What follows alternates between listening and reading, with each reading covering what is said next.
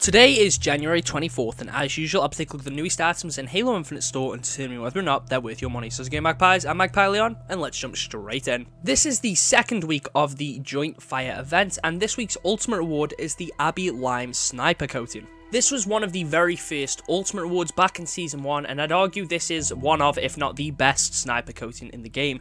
It's still the one that I use, and honestly, it looks great. This is one that I definitely recommend going for if you haven't already.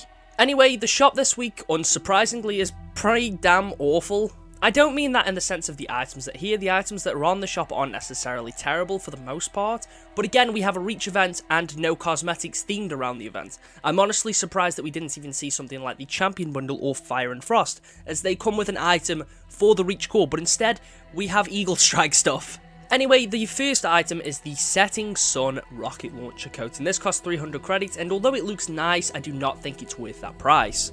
I think 300 for one coating is pretty absurd, especially when we compare it to something like Fortnite, another live service game with a very similar store system. Usually weapon wraps on there go for about 300 V-Bucks, and you get it for every gun. Here you only get it for one, and I think there is definitely better options. I believe we had the Atomic Flint bundle that released at some point, which gave you a coating for every weapon for just 400, so yeah, this one I really would not recommend. Next up is the Inevitability of War Armor effect. This is the one that has your Spartan breathing fire, and honestly, it looks pretty cool. This is one that I brought, granted I don't really use it anymore, but for 500 credits, I don't think that is a terrible deal. It can be used on every core, and it can create some really cool looking Spartans. Next up, we have the return of the Eventide infantry set. This one gives you the M199X helmet.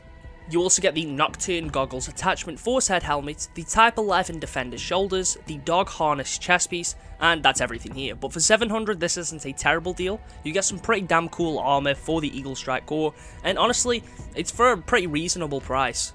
I like this bundle, and although I do wish we maybe got like a full set, honestly for 700, like I said, this is a solid deal. And if you like the Eaglestrike core or are just looking for a few extra cosmetics for it, this is one I could definitely recommend.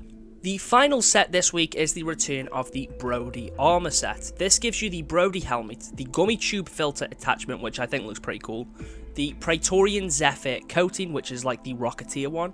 You also get the Rat Pack shoulders, the Journeyman chest piece, which is the one that looks like Iron Man's arc reactor. You get the Graphite Soul visor, which is a pretty cool one. If you missed out on Beltol, this is a pretty good option. There's also the rigged knee pads, and then you get an emblem, which is just way too long for me to want to even bother pronouncing. But you obviously get this as a nameplate, armor emblem, weapon emblem, and vehicle emblem. For 1.4k, I do think that is definitely overpriced. This is a bundle I brought because there was a few items I liked, but that does not mean I think it was necessarily worth that much.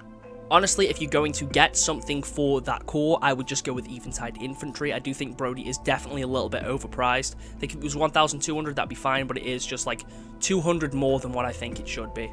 Yeah, as a whole, this is a bit of a weird week for the shop. Some of the stuff here is cool, there's some cool Eaglestrike stuff, but again, we had Eaglestrike cosmetics in the store just like 2 weeks ago. We literally have an event going on for the Reach core, an event themed around a Reach armor set. This seems like realistically the perfect time to bring Reach cosmetics back, but I can't say I'm surprised that they didn't.